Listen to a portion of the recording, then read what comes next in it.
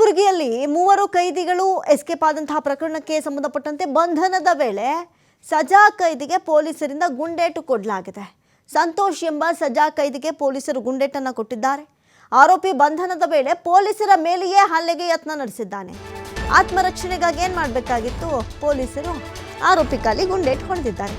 ನೋಡಿ, ಕಲಬುರಗಿಯಲ್ಲಿ ಮೂವರು ಕೈದಿಗಳು ಜೈಲಿನಿಂದ ಎಸ್ಕೇಪ್ ಆದಂತಹ ವಿಚಾರಕ್ಕೆ ಸಂಬಂಧಪಟ್ಟಂತೆ ಅವರನ್ನು ಬಂಧಿಸುವಂತಹ ಸಂದರ್ಭದಲ್ಲಿ ಸಜಾ ಕೈದಿಗೆ ಪೊಲೀಸರು ಗುಂಡೇಟು ಕೊಟ್ಟಿದ್ದಾರೆ.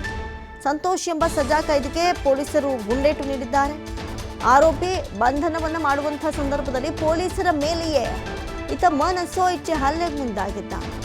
ಆತ್ಮರಕ್ಷಣೆಗಾಗಿ ಪೊಲೀಸರಿಂದ ಗುಂಡೇಟು ಅನಿವಾರ್ಯದ ಕೆಲಸವಾಗಿತ್ತು. ಹಾಗಾಗಿ ಬಲಗಾಲಿಗೆ ಗುಂಡೇಟು ಕೊಟ್ಟಿದ್ದಾರೆ. ಆರೋಪಿ ಬಂಧನದ ವೇಳೆಯೇ ಪೊಲೀಸರ ಮೇಲೆ ಈತ ಹಲ್ಲೆ ನಡೆಸೋದಕ್ಕೆ ಮುಂದಾಗ್ಬಿಟ್ಟಿದ್ದ.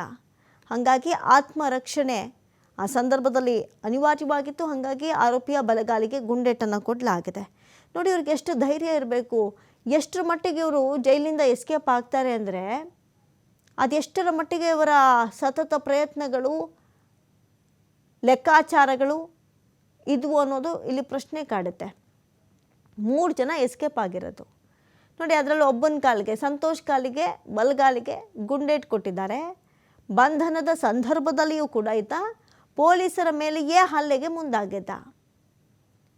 ಇನ್ನು ಗುಂಡೇಟು ಕೊಟ್ಟು ಆತನನ್ನು ಹಿಡಿದು ಆಸ್ಪತ್ರೆಗೆ ಸೇರಿಸಲಾಗಿದೆ ಹೆಚ್ಚಿನ ಚಿಕಿತ್ಸೆಗಾಗಿ.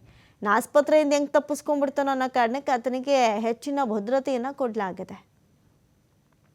ನೋಡಿ, ಇವರೇ 3 ಜನ ಜೈಲಿನಿಂದ ಎಸ್ಕೇಪ್ ಆದಂಥವರು. ಪೊಲೀಸರ ಕಣ್ಣಿಗೆ ಮಣ್ಣೆರಚಿ ಪರಾರಿಯಾಗಿದ್ದಂಥ ಆರೋಪಿಗಳು ಇವರೇನೆ.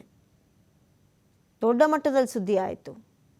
ಎಷ್ಟರ ಮಟ್ಟಿಗೆ ಈಗ ಕಾಂಪೌಂಡ್ನೇ ಹೆಂಗೆ ಹಾಕಿರ್ತಾರಲ್ವಾ, ಅದನ್ನು ದಾಟ್ಕೊಂಡು ಇವ್ರು ಹೋಗ್ತಾರೆ ಅಥವಾ ಅಲ್ಲಿಂದ ಪರಾರಿಯಾಗುವಂಥ ಚಿಂತನೆಯನ್ನು ನಡೆಸ್ತಾರೆ ಅಂದ್ರೇ ಅದು ಆಶ್ಚರ್ಯ.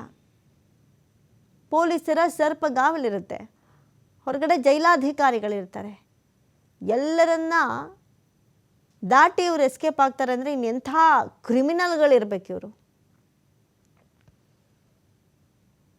ಆರೋಪಿ ಬಂಧನದ ವೇಳೆ ಪೊಲೀಸರ ಮೇಲೆ ಹಲ್ಲೆಗೆ ಮುಂದಾಗಿದ್ದ.